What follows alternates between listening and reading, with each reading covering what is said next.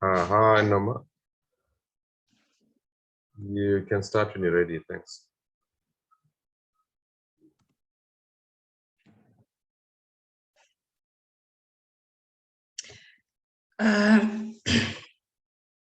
Good morning, everyone. I'm Dr Mngqi from Frey Urology.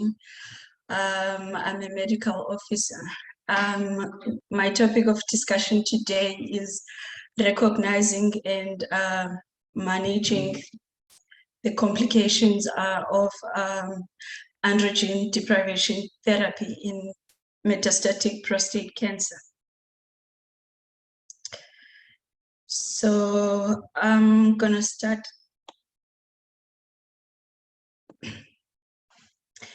As my introduction, I'm gonna say androgen deprivation therapy refers to any intervention which results in decreased production of testosterone or blockade of the androgen receptors. It is key to the treatment of men with advanced prostate cancer. The reduction of testosterone levels achieved with ADT is associated with a number of side effects, and management of these side effects is crucial to the quality of life for the patient. The ADT protocols act in the hypothalamic pituitary testicular axis to inhibit the production of testosterone and or block testosterone receptors. ADT can be achieved by surgical means or medical means. Surgically, we can do a bilateral orchidectomy, which is a simple procedure that can be done on an outpatient basis, can be done under local anesthesia. But because it is irreversible and it has lots of psychological complications, we are trying to move away from bilateral orchidectomies. There's also medical treatments, and medical treatment can be through a different number of drugs, like the gonadotropin releasing agonists, example being goserelin or leuprolide. And chronic administration of these results in down-regulation and desensitization of the pituitary gonadotropin-releasing hormone receptors, therefore causing a complete suppression of gonadal functions. The second class being the gonadotropin-releasing antagonists, example being aberylix. Gonadotropin-releasing antagonists suppress the pituitary gonadal function by competing with the native gonadotropin releasing hormone for binding in the pituitary receptors.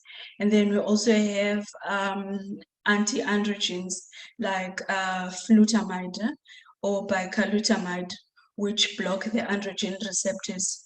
And then another class of drugs is the adrenal ablating drugs like ketoconazole, and then also estrogen, but estrogen is falling out of favor because of its side effects, cardiovascular toxicity, and thromboembolism risk.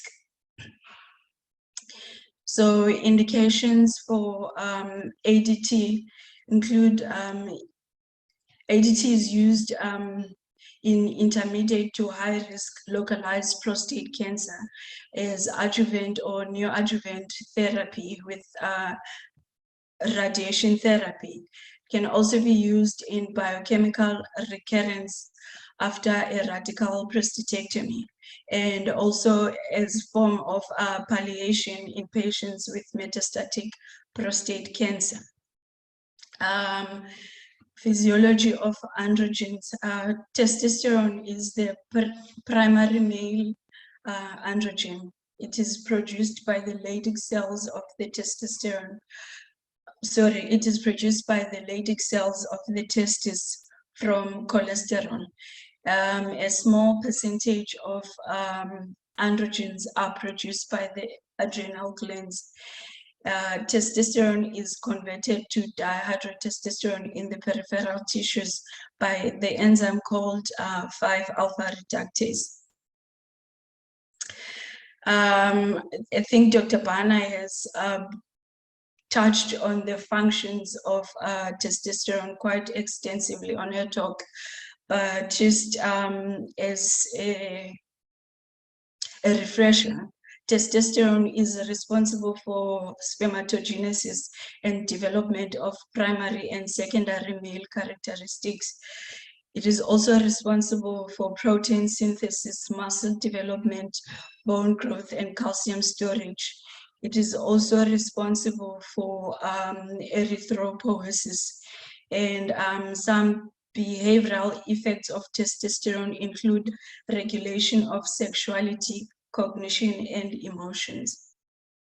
Now, coming to the side effects of ADT, they can be classified into metabolic and cardiovascular effects, mental changes, physical changes, and sexual effects.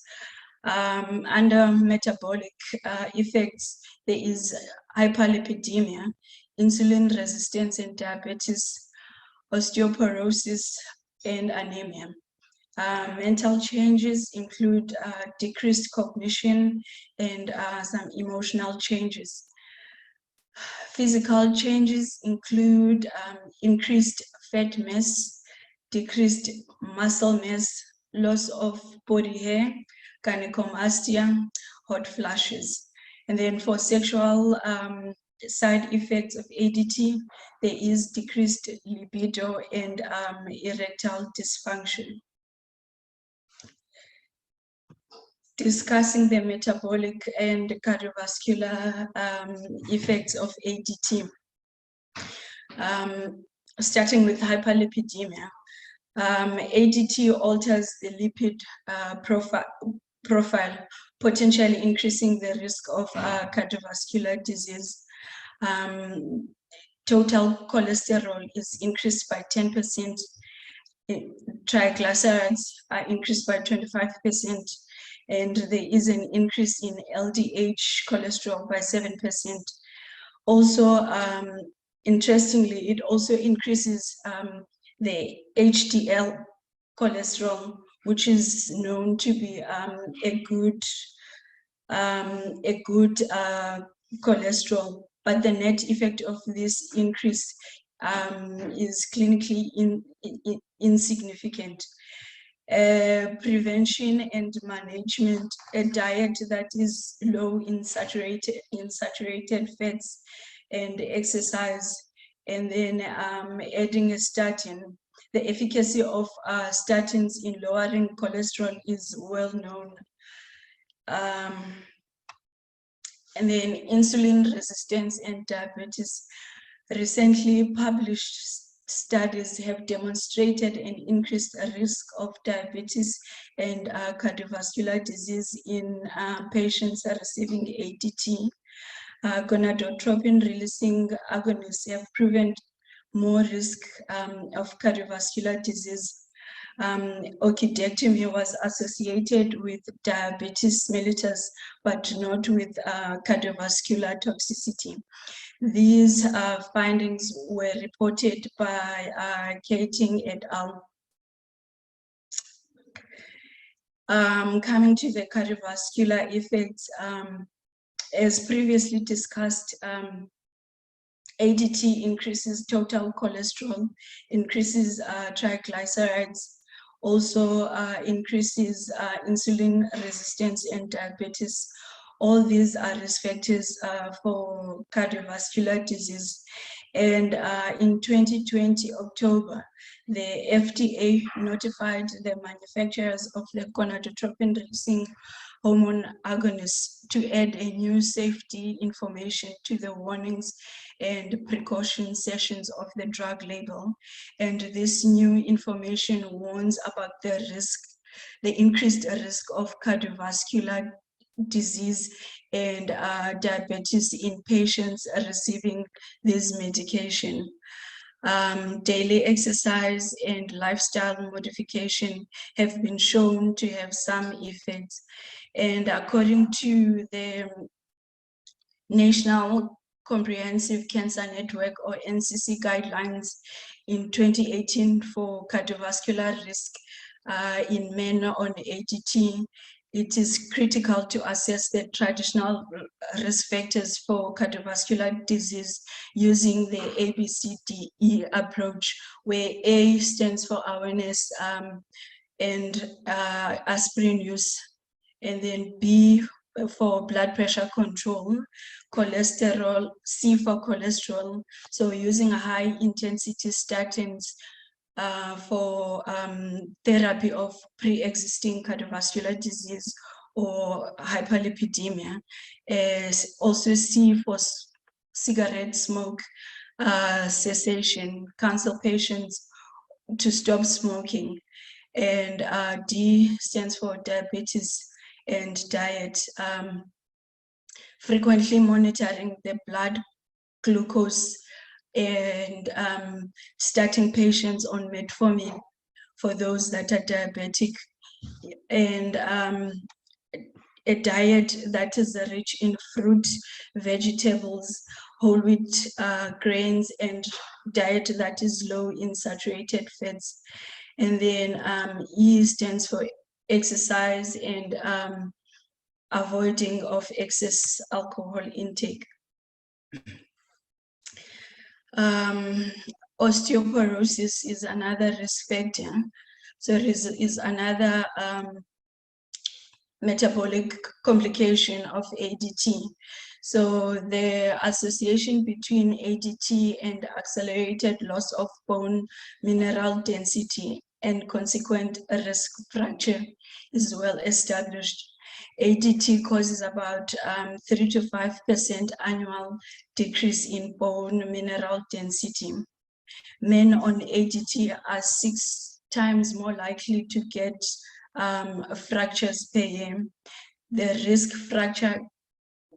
fracture risk cumulatively increases with the duration of ADT, starting at 5% at 5 years after initiation on ADT to about 20% at 10 years after initiation. Patients that are going to be put on ADT should have baseline DEXA scans. Risk factors for osteoporosis include the duration of the ADT. So patients who've been on ADT for more than 3 years, also age, smoking, alcohol, and lower BMI.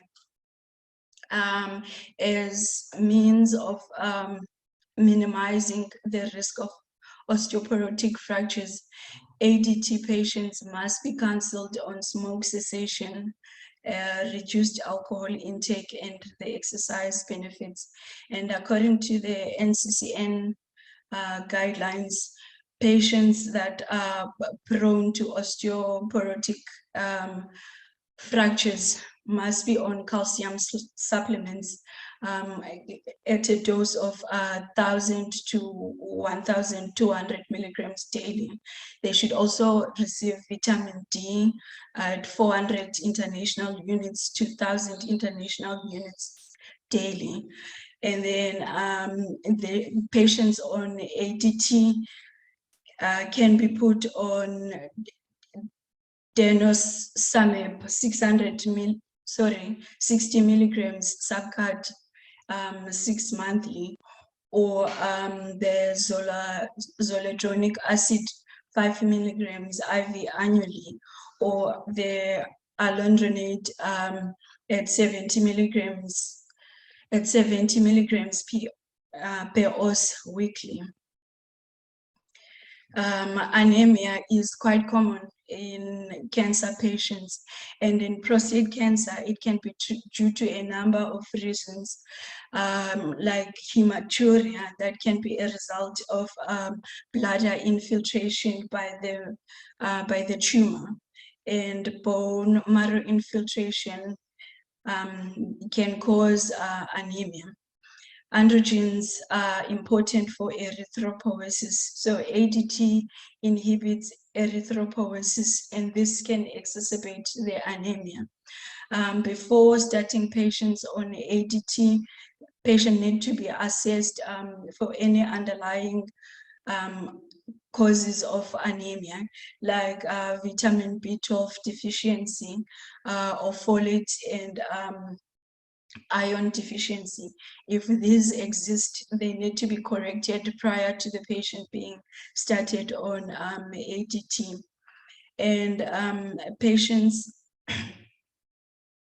who do develop anemia can be treated with the human erythropoietin at a dose of 150 units per kg subcutaneously 3 times per week. But patients need to be counseled about the side effects of erythropoietin, including the side effects include thromboembolism, myocardial infarctions, strokes. Coming to the mental changes associated with hormonal therapy. First one being a decrease in cognition. Hormonal therapy has been shown to cause a cognitive or a neurological impairment. Men on ADT have been shown to have poor memory and attention, and studies suggest that ADT may be associated with dementia. There's no exact treatment that is known to reverse the neurocognitive side effects of ADT, but as a means of trying to stimulate the brain, a patient can be encouraged to start activities like reading books, being socially active, to try and minimize the neurocognitive side effects. Emotional changes. Low testosterone has been shown to have an impact on mood and self-esteem. There is a high rate of depression, anxiety, sleep disturbances, and low self-esteem amongst men on ADT. Sexual dysfunction, fatigue, and the lack of energy are contributors to the depressive mood associated with ADT. These changes can place a strain on the relationships of patients and can worsen self-image. As a form of prevention and treatment, a patient can be started on a combination of psychotherapy, support groups, and mood stabilizers if necessary. Coming to the physical changes, ADT causes weight gain and tend to cause increased subcutaneous fat. The median, with a median of 3 to 6 kg weight gain over 9 to 12 months period while on ADT. And it is very difficult to lose weight. So as means of prevention and treatment, an exercise program that's tailored to individuals should be encouraged for patients. Decreased muscle mass. ADT accelerates the loss of muscle mass. It's seen as early as 3 to 6 months of initiating the gonadotropin releasing hormone agonists. And many patients on ADT have self-reported a decline in their ability to accomplish physical activities like climbing up the stairs, walking long distances, and these have affected their quality of life and their independence. And prevention and management is through a multidisciplinary approach, getting physiotherapists, balance training, home safety evaluation, and also exercise tailored programs. Gynaecomastia. Men receiving ADT may experience gynecomastia and mastalgia.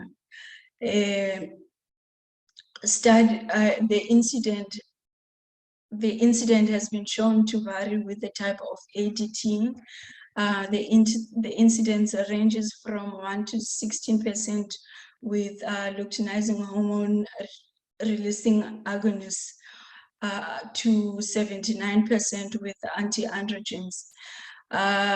Prophylaxis treatment include radiotherapy and tamoxifen. A study that compared the two showed that tamoxifen and radiotherapy showed a greater significance of using tamoxifen over the prophylactic radiotherapy. And there's also surgical management, which is a adenomamectomy through a periareolar incision, or liposuction can also be done.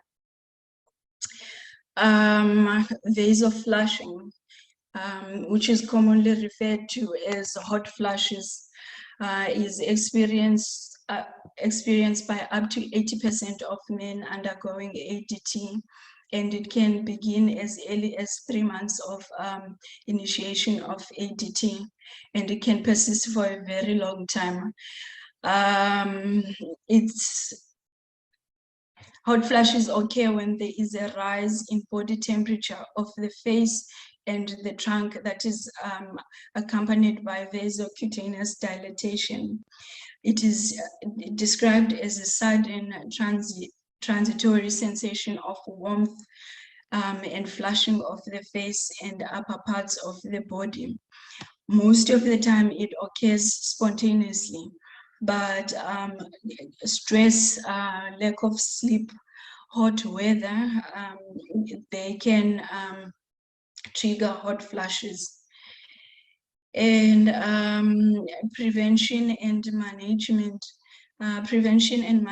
of hot flushes in patients undergoing hormonal therapy has been an area of investigation for many years. So there are a number of proposed therapies that can be used, like diet supplements, such as soy, black cohosh, and crushed flax seeds. But these were only found to be effective and were investigated as therapy of choice for hot flushes in postmenopausal women. There are no studies that support their use in prostate cancer men. And there's also non-hormonal treatment with the antidepressant, the SSRI, like sertraline, which can be started at 25 milligrams daily and titrated up to 100 milligrams daily if necessary. There was a case that was published in PubMed in 1998 that suggested a very good efficacy of sertraline in relieving hot flushes. Other non-hormonal treatments that can be used, acupuncture has also been shown to have a good efficacy. And then coming to hormonal treatments, Patients can be given medroxyprogesterone acetate at 20 milligrams per oz daily, or the depot medroxyprogesterone acetate at 150 milligrams IMI. Coming to the sexual effects, ADT affects both erectile function and libido. These effects are directly linked to the decline of testosterone, and the prevalence of loss of libido is about 58 to 91.4%, while the erectile dysfunction prevalence is about 73.3 to 95%. And the shortening of penile length of more than 1 centimeter has also been reported in patients receiving ADT. As form of a management of the sexual side effects of hormonal therapy, patients need to be counseled quite extensively on the side effects. Patients together with their partners before starting androgen deprivation therapy, and some non-pharmacological interventions include vacuum erection devices, penile prosthesis, and pharmacological intervention include the 5-phosphodiesterase inhibitors like Viagra and Cialis, but the use of these should be with caution, as I've already alluded that patients who are on androgen deprivation therapy are more likely to be suffering also from cardiac risk factors. So patients who are on TNTs, if they take Viagra or Cialis, this can result in very low blood pressures. Intermittent androgen deprivation therapy. Intermittent androgen deprivation therapy has been proposed as an alternative approach so as to delay and minimize the side effects of ADT. Quality of life measures, including mental health, physical capacity, and sexual health, all favor intermittent androgen deprivation therapy compared to continuous ADT. And according to the 2015 EAU guidelines, intermittent therapy can be offered to well-informed patients who are asymptomatic and who are willing and will be able to comply strictly with monitoring.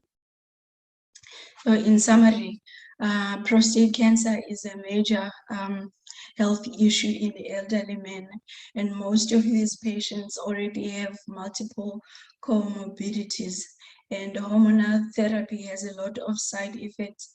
So as clinicians starting patients on hormonal therapy, we need to know these side effects and be able to counsel the patient about them, and also be comfortable in managing these side effects. Thank you.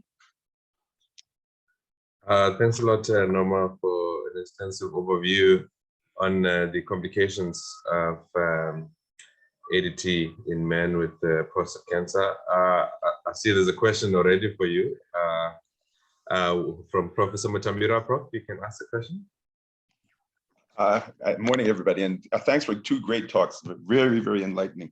I just wanted to ask Norma, she mentioned about the cardiovascular effects of estrogens and that sort of thing, but from my understanding, oral estrogens are the problem because of first pass effect. And if you look at the patch trial from Sweden and England, the outcomes were actually better than LHRH agonists. Maybe she could comment on that.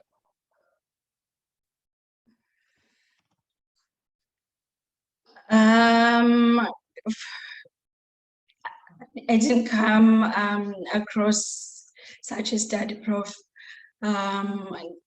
From my understanding, is that the estrogens have fallen out of favor because of their side effects. Okay, no, I'm just saying, commenting, because remember, parenteral estrogens and parenteral testosterone are different from oral because of the first pass effect. And in fact, I think the main reason why estrogens have fallen out of favor is because they won't make the companies any money because they're so cheap. But the thing is, I often do use them even for mitigating parenteral estrogens, that for mitigating some of the side effects of androgen deprivation therapy as well, and also progesterones. But it's worth reading the patch trial and just seeing what their outcomes were. Okay, I will do, Prof. Thanks. No problem. No problem. Are there any other questions for Noma? Okay, so I just want to ask a question. Maybe Prof. Mutaviro, you can just give us an opinion on this, maybe from your institution. I just want to find out, what are your triggers for starting ADT in patients on watchful waiting? I think we tend to be very conservative this side, as Norma has highlighted the serious complications that patients get. I'm just trying to find out what your triggers are in patients on watchful waiting in terms of PSA or any other factors.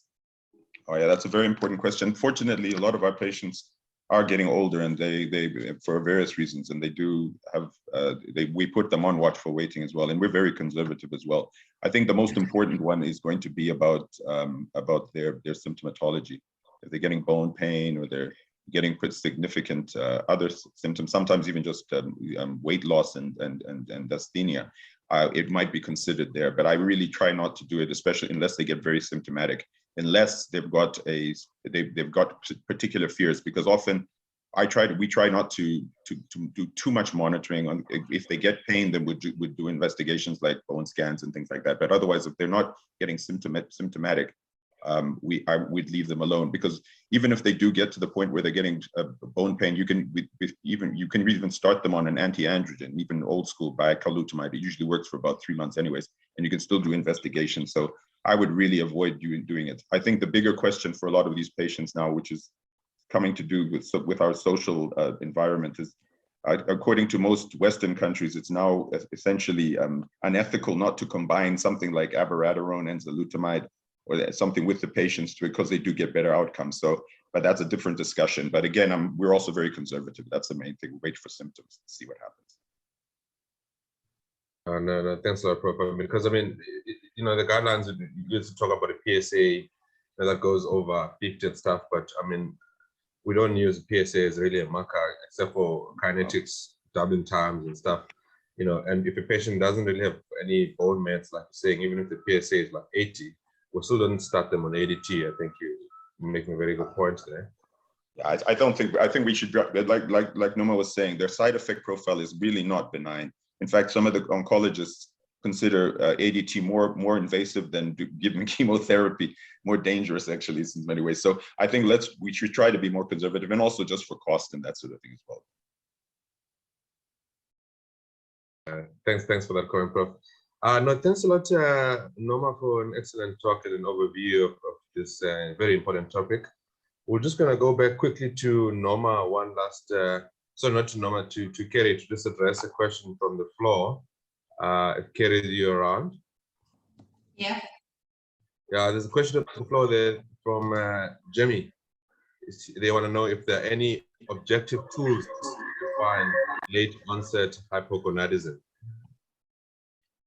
Any objective tools to define late onset hypogonadism?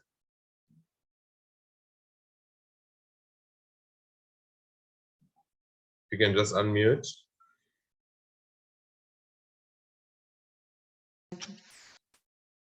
Yeah, not that I can think of offhand, Sam.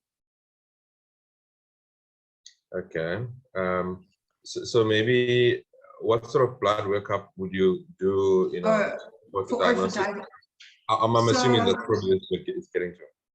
Okay, so you would need to check the patient's serum testosterone, but first of all, you would have to take a very good history looking at the patient's symptomatology first, and also look at their age and that kind of thing first, any comorbidities and other underlying diseases. And then you would start off with testosterone and then LH and FSH. And then depending on if there's any abnormalities, you would go from there. So it would all depend on that. But, you know, that's going into more of the whole talk about hypogonadism and looking for like either primary or secondary cause. But for late onset hypogonadism particularly, it's important, the age is important. So usually over 40. And then it's the symptomatology, and then they must have a low testosterone biochemically. Yeah, no, thanks a lot. It's also often multifactorial, as opposed, like you said, to the primary and secondary. And yeah, absolutely. And this blood workup you highlighted. Yeah, no, thank you so much to everyone who joined again in this week's webinar, so the Zoom session, which is quite excellent. Listening to debates and discussions about ADT and complications. We'll see everyone in the next week then. Thank you.